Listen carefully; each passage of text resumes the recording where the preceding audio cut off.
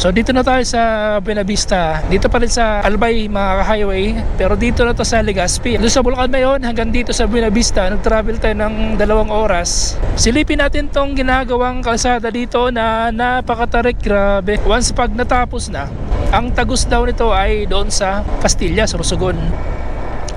So putol pa rin mga highway hanggang dito. Tingnan mo gaano katarik yung ano na yan, no?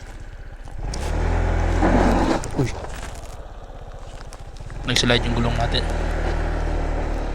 Nandito na tayo mga ka-highway sa pinaka dulong bahagi itong ginagawa kalsada. Pag natapos ito mga ka-highway, magiging mas madali ito para sa ating mga magsasaka dito. Nadalhin yung kanilang mga gulay doon sa Sorsogon kung sakali mang doon nila gusto ibagsak. Pati na rin yung mga bibiyahe mula dito papuntang Sorsogon ay mas mapapabilis na rin. Wala pa rin tayong idea kung ilang taon pa yung aabutin itong proyektong ito.